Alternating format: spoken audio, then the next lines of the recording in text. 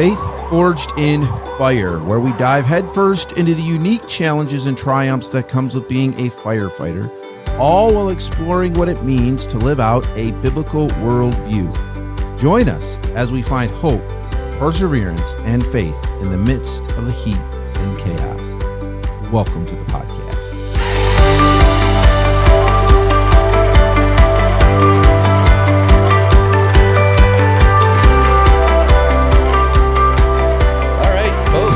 Welcome to the Faith Forged in Fire podcast, where I'm trying to run in the pre-game commentary right into the show to see if we can get PJ to finally edit one of these shows. Yeah. We are embracing the fires that forge our character. You like that? I thought we embraced We the haven't character said that forged for a our while, fire. have we? No. I'm so Look glad at you go, never Steve. It's like a steel trap. He's I'm got so it, glad you too. never test me on that, because I don't even remember a word that's in it ever. Actually, funny enough, earlier today when I was at home before I showed up, I was trying to think of it. And I'm like, man. We need to write it down. I know we do. We need to put it on the wall somewhere. Yeah, right up here. Put it right up on the top here. But no, it's we got to put it over there so we can see it. so we can see it. Yeah. So we're look at cue card with the Gmail address, or our email address, like all the things. Yeah, have all of this. We can't forget. So, welcome to the rabbit hole already. Episode 7. It is the last Friday of the month. Yes. Thank God. Because I couldn't, if this was a 5 Friday month, I'm just like, see you later. That's why we don't do 5 Friday months. We just those are leave brutal. those 5th Fridays hang, man. So, our subject tonight, this is another one that I can make a very short podcast, like the last one that we did in July. I could give you one word and we could just be done with Well, this that was podcast. August. That was the first one this month. Was it the first one this Yeah. month? Been a long Oh, month. it is the 30th. So it would have come out August 1st. I have tomorrow off, so I'm like in vacation land. So we're going over tonight. Do firefighters really get a free pass to heaven? Well, there is this myth. Well, Maybe that'll give it away. But there's a lot of people have that idea that because they're heroes and because of their sacrifice, well, of course they're going to go to heaven. They're good people. Oh. of course we are, because when you're a firefighter, you're automatically saved and you've given yourself to God and asked for forgiveness. That's part of the class to get your license. Sarcasm I like alert. it. I know. Mm-hmm. So I had this written down. Oh, I do have it written down in my book over here, but let me find it. I took a screenshot. Where'd it go? So Ephesians 2, verses 8 and 9. For by grace you have been saved through faith, and this is not your own doing. It is the gift of God, not results of works, so that no one may boast. So not only do firefighters not get the do not No free passes. go to hell, go to heaven pass, neither do the people that are working at the food banks or running multi-billion-dollar profited charities. And we'll throw PJ under the bus here. Doesn't mean he gets to go to heaven either necessarily. Even though you're doing good works at a church. Yeah. That's true. You are Chaplains. You are held accountable, just like you are probably actually held more accountable. You're held, yeah. A higher standard. So my short answer is no. Just because you're a firefighter or a cop, you don't go directly to heaven. So remember, if you've got any comments, email. No, that's an interesting. I've never actually heard that. Really? I've never heard that's that, like no. all over the place, and Is it it really? bugs me. Absolutely bugs me. Right. Yeah. And maybe because I worked for a department, so whenever I walk into the station, I said, absolutely not. These guys talk and act around here, you know? Well, and I see that, my social media is just Facebook, so I don't get a whole lot of other stuff, but I'll see stuff where a firefighter died or a police officer died or something like that. Yeah. Anywhere. And, everybody's like, oh, rest in peace, brother. We got it from here. And I'm like, bro, I know that you mean rest in peace, respectively, but he might not be in peace right now if he went down the wrong path. Absolutely. Yep. I'll tell you, I've known guys too, and I go back to my days, and there's times that I've known people that passed away for various reasons, and you think to yourself, oh, because especially if you've had communication with them, you're like, oh, did I not do enough? Did I not? It's like, I should have had that conversation. I never had that conversation with them, and I don't know. And I have no idea what the outcome is. Right? I have no clue. But I'm just, you always think of that because. But you're right. But for the layman person who doesn't understand anything about heaven or hell, and they have no concept, they're just thinking, wow, they're just a good person doing great things and giving back to their community and doing all this stuff. I mean, it's just an automatic for these guys, I wish I was like them or good like them, whatever. And but good doesn't get you into heaven, and neither does, because like here, I'm like actually somewhat prepared for this topic today, which is whoa. You can close the pod. You can close. We don't have anything anyway. Yeah. Romans 10:9 says, because if you confess with your mouth that Jesus is Lord and believe in your heart that God raised him from the dead, you will be saved. Now notice it doesn't say anything in here about you've taken the firefighter 1 and 2 class. It doesn't say anything about you passed national EMS registry. It doesn't say that you're instructor certified. Yeah. It doesn't say that you're good about cutting cars. It gives you very specific that you have to confess with your mouth and believe in the Lord in your heart. Yeah. It's the only way you're going to go. Yeah. Let me ask you this. Now, this just popped into mind. We're talking about how people view the firefighters, right? What about the guys at the station feeling, well, I'm a good person. I run calls and help people. God's got me all taken care of. That's another one because the way you kind of phrased it originally was like how maybe the public would view the firefighters that they're automatically going to heaven because they do good things. But how much do you hear that? Like when you've been at the station, I've never heard that on my station. No, I think there are some people that feel that way, but most, and part of it is. So I'm speaking from experience. That's all I can speak from. But often that's something that I think oddly, in a sense, a lot of firefighters don't put a lot of thought into eternity either. So if you really press them, they may think that or they may hope that. On the surface, at least, most of us know how messed up we are. Sure. And I mean, more so in the firehouse, that's the conversation. And the conversation is, I never sit around with firefighters and have a conversation about how good we are and how much good we're doing. It's literally how messed up and twisted we are because of the job and because of, what it's done to our lives and that kind of thing. And I think it feeds some egos. There's some people that really needed that ego. Sure. But yeah, I've not had anybody sit down and go like, well, why do you go to church on Sunday? You're a firefighter. Yeah. Right. I haven't had that experience. That may be out there. It might be prevalent, but in the 20 there years. is an overall thought, right? That, yes, like you said, because I see that every time, and it's this: soldiers, firefighters, police officers, EMS, anybody that does charitable good things with their life. They must have sacrificed and done enough good here that somehow God is now good with them. Well, and I think what it is it's kind of, and when you're in a role like that, people don't think about it till they actually die doing their job, and all of a sudden it's like that was like that was the thing for them. That was the salvation moment there. That they died doing their job, so they must be going to heaven because they pass. Because no one ever talked. I mean, I never heard anybody talk about it before, but until someone passes away. Right. So it's almost like that's like I think wise the Jesus moment, like they died, like that was their sacrifice, right. And now they're, but it's well, I mean, you think about the world, right? Like you always hear just people in general say, if you ever had it, because I have like family members or I have people I've known that whenever faith comes up, it's always this person, I'm a good person. It's always I'm a good person, right? It's always that thing where that's how humans equate. Well, I'm a good. I've done a lot of good things. I've helped the needy out, and I've done this. And I gave a $500 check to that guy on TV last week that said that if I gave $500 to his church, I'd get salvation. Right.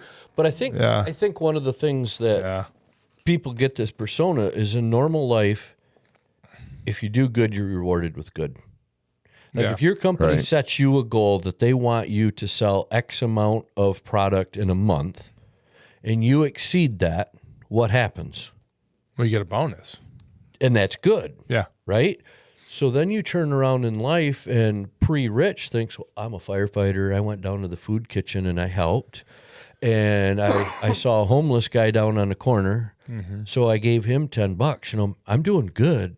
So when I die, I deserve good.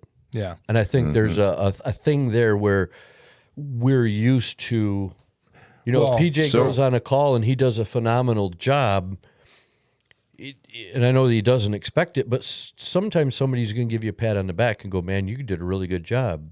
But it's not that way. You can do all the good you want, but until you and God are best buddies, it's... Yeah. Well, here's why. There's two reasons. So let's talk about this. Number one, let's go back to the Old Testament. Everybody's familiar with the Ten Commandments.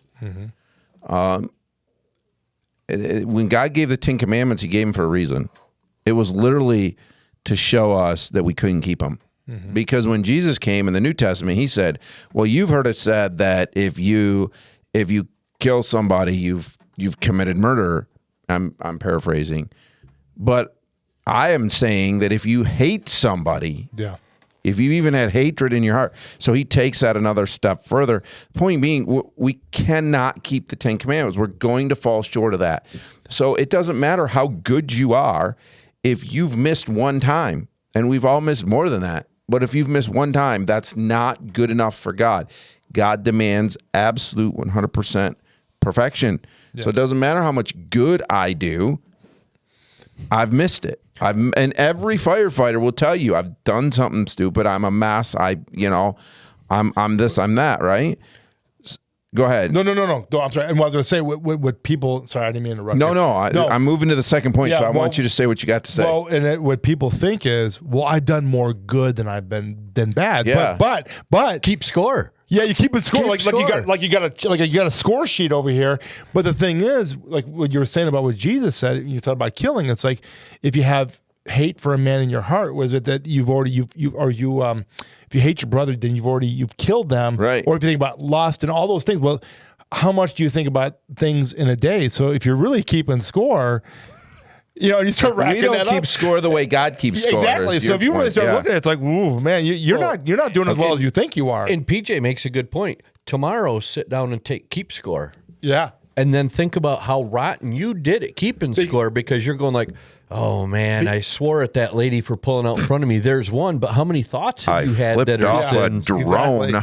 So Who would flip off a drone? You have. We'll have to tell you. off camera. Tell you that. But that no, was a classic. But what? Because You'll never live that one down. I hope I get video of it. So this is that's funny. No, but one of the things I've gotten when people have gone down this road here about, well, I'm a good person, and they go, well, I've never killed anybody. But see, you're thinking in the general sense of killing, not what Jesus said what killing is. So if you do this, how well are you doing? And that's just one thing. Yep. And then you start going to all of them and adultery, right? I've never cheated on my wife. Well, have you ever thought about anything and thought about something you should have been thinking about? Because remember, it didn't say. That's what Jesus said. Jesus said exactly. Adultery is not just the physical act of being with someone outside of your spouse. It's on a much deeper level. Yep.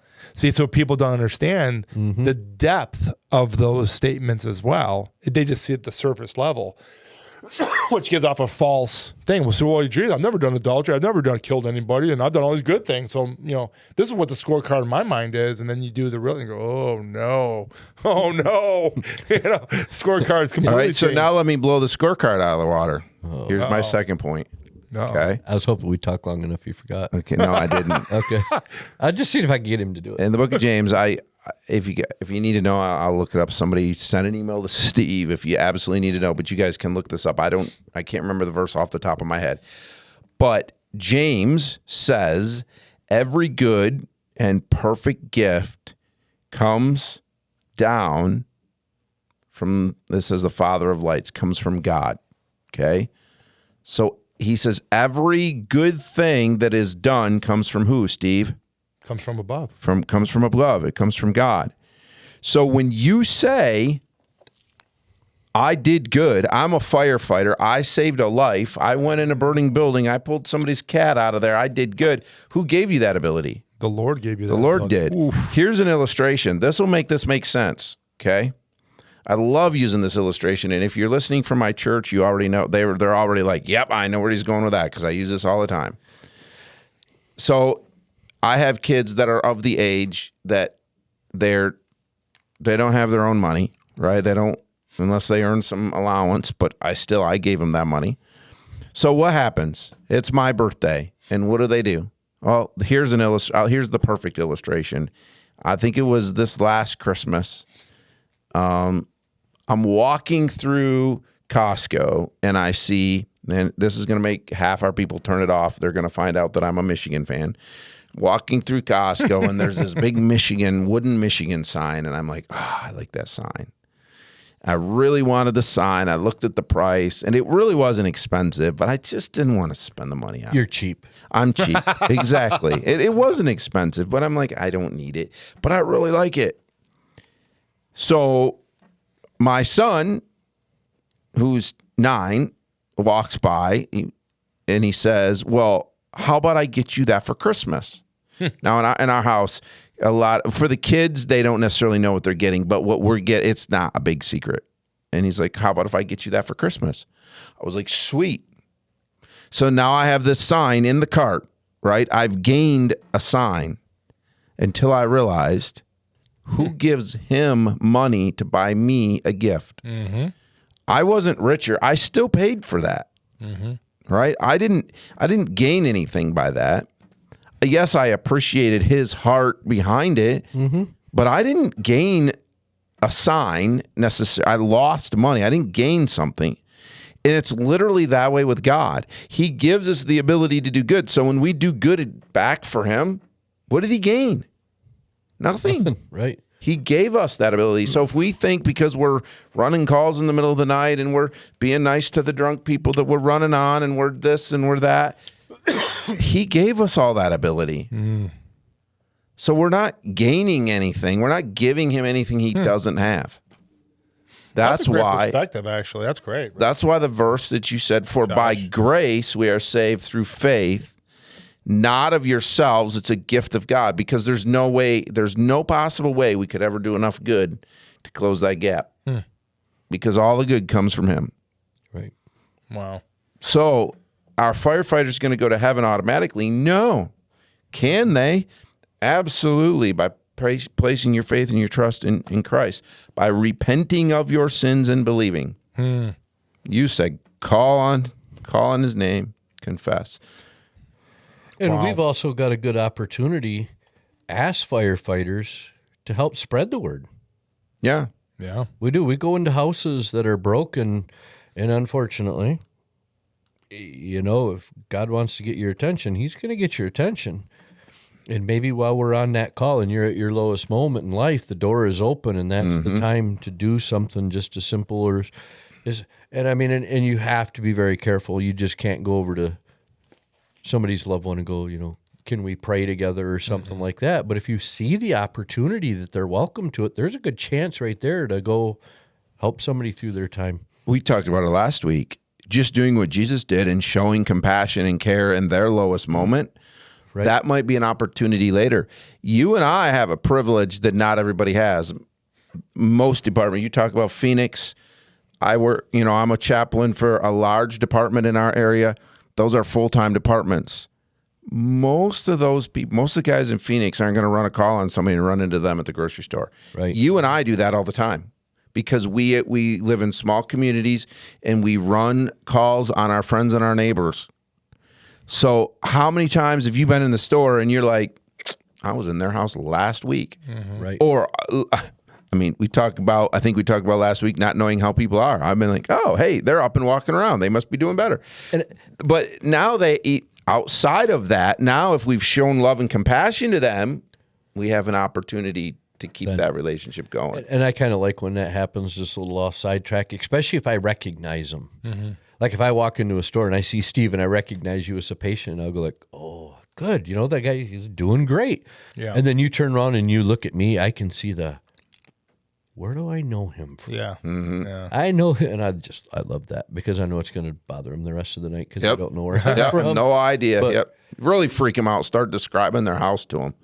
The inside of their house. But I think, like you're saying, if you treat them kindly and with compassion and that stuff, when it does hit them and they do remember that, that's one of the things they're going to remember about you. Especially if for some reason, again, you talk about a small town where people know people and stuff, but if they know where you stand and then you show and you're the hands and the feet of Christ on the call and they're not believers, then they see the example of Jesus. They know you are a person that's a Bible-believing Christian person, but then they see the way that you act or the way you treat them, and you're an example of Jesus. Now that's even solidified more of like something different about that guy.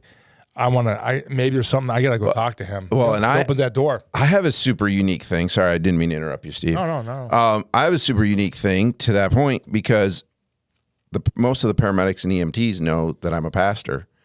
I don't walk in houses talking about being a pastor, but boy, do they. I mean, I don't. How many times they'll be like, "Well, he's a pastor." He's, just 2 days ago in a house, and something came up. I don't even know what it was, and they said to the patient, "Well, he's a pastor."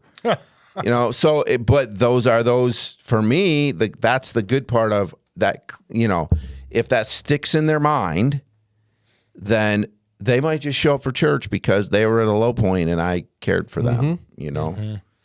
We have no idea what God will do. We are called to love our neighbor as ourselves and to be the hands and feet of Jesus. Yeah. Like you said, Steve. Yeah. So that's what we need to do in that moment. We don't know what God is going to give us, what opportunities God's going to give us next. And that's just a quick last point about, sometimes, and you've mentioned this before too, Josh, about, you being the pastor is one thing, but we're all pastors in our own way, right? Mm-hmm. We're all used by God. And you guys have a great opportunity because you're going into places where people are at their lowest point and they're looking for hope. In some respect, they're looking for something. So when you have a really great opportunity, not just on the call, but even at the firehouse, right, where you're able to be that example. I mean, you guys are in such a place where sorry, excuse me. And it's such a place where God can use you guys and that because when people are in those moments, they're open to listen to anything sometimes when they're in those moments. When you're hopeless, you're open, there's no pride left. There's not a whole lot of pride at that moment. They're open to hear it. So you guys are in a great spot where as Bible-believing Christian men, and when you're that example, that it could really open up some real doors. Because, you go to some places where, you're not in an emergency and there's just a lot of pride there. You can't get that training. They're not going to listen. They can care less. But when people are humbled in some way, whatever it may be, it's a great opportunity. So you guys have a great spot in some respects. I mean, obviously I know going on a call is not the time to do it because you're doing a job, but I'm just saying that the general. Right. I've prayed with people on a call. I mean, yeah, you say, well, you're the chaplain, but I'm not always the chaplain. And, I'm on this department, I'm not a chaplain at all. When I was down at Solon, I was the chaplain, but I was also a firefighter. And so I say that there's times I've just prayed with people, and you have too, because if the opportunity presents itself and they're open and you can kind of sense hey, and then you just offer it, right, and have that opportunity. Well, and here's one last thing, talking about praying with people. Sometimes God can use you to get someone back to their faith. Someone that's been leaning away, God uses you to be that example. You pray with them, and like, oh my goodness, I needed that. Maybe I need to start praying. I'm going to start praying to the Lord again. It's been a while. I haven't been to church in a while, whatever. So it doesn't have to be someone that has no faith at all. It could be someone that just kind of weaned away a little bit or kind of walked away. And now God's used you to revitalize their faith in a way. But now, like Matthew 7, now this is a really long verse, so I'm just going to read the first part of it. You're talking about praying, and just because you're praying doesn't mean that God's going to listen to you. Mm-hmm. So it says here, not everyone who says to me, Lord, Lord, will enter the kingdom of heaven, but the one who does the will of my Father who is in heaven. So when you get to that tough spot and you're a non-believer and all of those other things, it's not a get-out-of-jail-free card. Right. You just can't go on a bad call and see that, ooh, this doesn't look good. I might die today. Oh, be with me. It's like, bro, you're talking to a guy that's going to give you a busy signal. You know, because if you're living the wrong life and you haven't confessed and you haven't done the things that are required to get into heaven, you can pray all you want.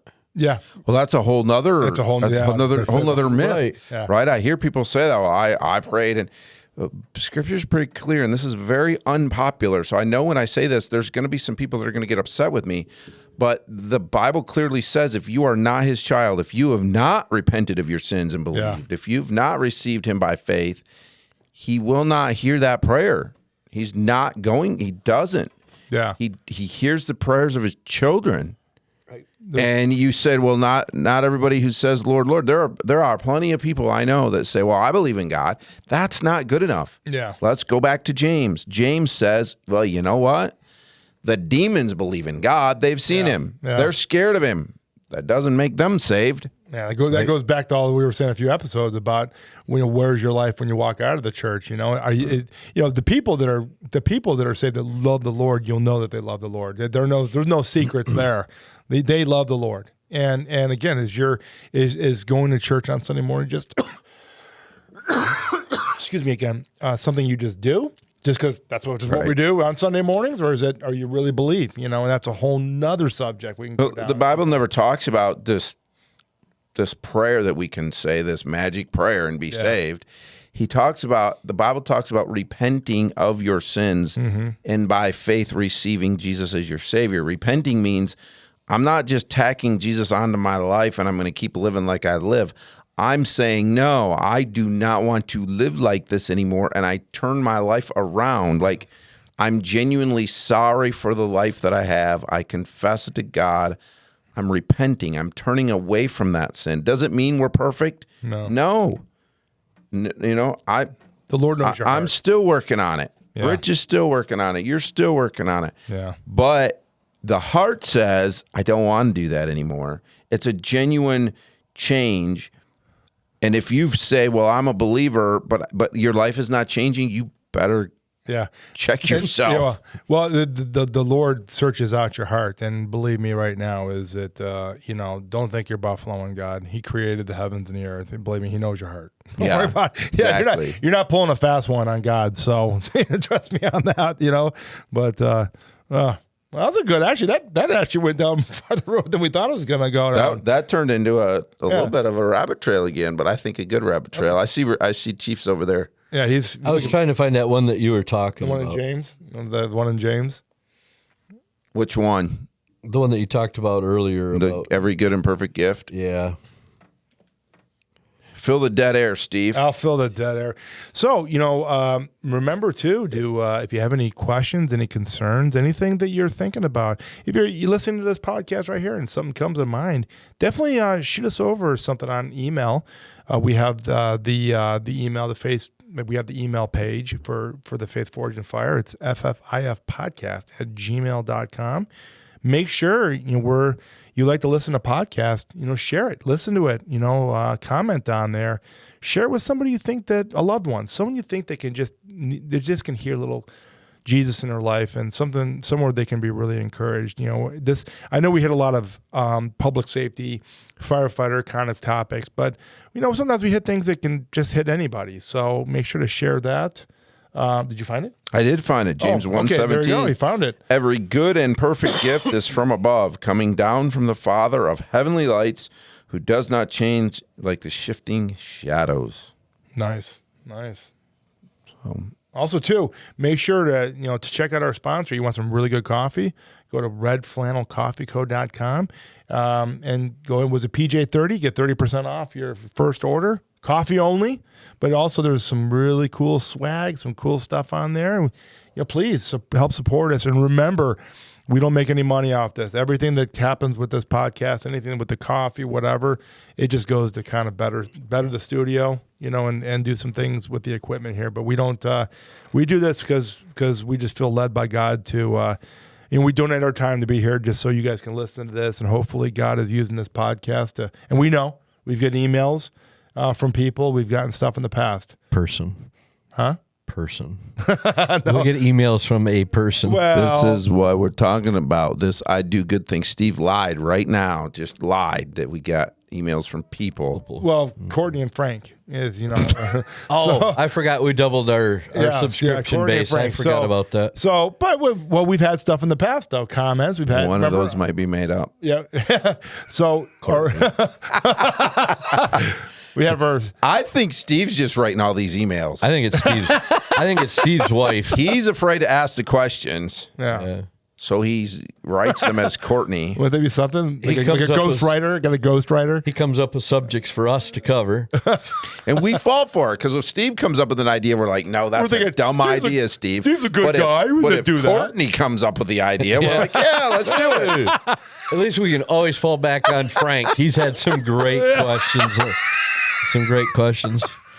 But yeah, no, seriously, we love the reader, the listener ideas. Oh, it's great. Yeah, for Because sure. it just seems to be like now where it's kind of like you come up with a topic to come up with a topic. Right. We're guessing. We have things on our mind and we think they might be something on your mind. But when you ask us, when you give us an idea, we know at least one of you wants to listen to this. Right. But not only that, but we know, and we've known a couple things over this last year that we've been doing this a little over a year, is that a year and a half, that, we've seen lives changing, and when you're interacting, we know that it's really, this is hitting home. Right. God's using this to hit home. Yeah. And just let us know how we've encouraged you. Yeah. We'd love to hear that. I know that I've read some in the emails and just seen some things were said in there that, what you guys said in this one really hit home. And it's like, man, what a blessing that is to know that God's using this little podcast here and people are really hearing it. And they're like, man, that's cool what God's using you guys to do. And it's really making a difference somewhere. So please encourage us. Let us know where God is using this. And if it's helping you out, please let us know. Cause that's what just feeds us to, come up with more ideas and just be a part of this. Cause we just want to be used by God. And at least you have to come back next week to see which one of us isn't here to record. Yeah. Because apparently this is a new thing. Last month I Wait was till gone. I'm not here. We won't even miss you. Well, the good thing about you being gone? It's bald. Yeah. Fit right it's in. the Yeah, that same. one's super simple. Just rip the thing right off. Hey, so something Steve said as we land this plane last week, we recorded our 75th episode.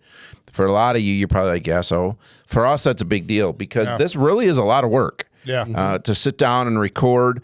We joke about it all the time, but we record once a month. We record 4 episodes. We're busy. We have a lot going on in our lives. Steve drives from quite a ways to be here. Yes. That's part of the reason we do that one time. But the point being, there was actually a point where Rich and I, before Steve and Jake came along, we were kind of like, do we want to keep doing this? Are we making it? Because we wondered if we were even making a difference Exactly. in anybody's life, or are we just talking to hear ourselves talk. Yeah. like Steve? So when we... So 75 episodes is not easy. No. But what keeps us going is hearing that God is using this. And even when we get questions or, hey, you said this in your episode and it sparked this question, or what about, it tells us people are listening, and that's just keeps us going. And every once in a while we get something. You guys saw the thing I sent from the guy from Arizona, the guy that I knew from church in Arizona. Yeah, He just goes, hey, I heard your podcast. It's great. And it just, little things like that are so meaningful to us because we see that people are tuning in and they're thinking, hey, this is actually not too shabby. These guys are fun. And I'm actually getting a little something out of this. And, it's encouraging me in some way, whether it's on the fire ground or if it's somewhere else in life. It's really cool, because we're one body, and so it's really a blessing. So please continue to let us know. It's not us, it's all him. It's all the King. Right. And we take nothing, no glory in this at all. We give it all to the King. But just to know that we're just a small little microcosm of a bigger picture in the world. Right. Of so many different podcasts and so many different things out there that we're just a little sliver there. That's cool. We're a little sliver in the Milky Way. In the Milky Way. PJ and I talked about that last night with my astronomy. That it's like, man, it is amazing how huge this universe is, and people have no idea. Yeah.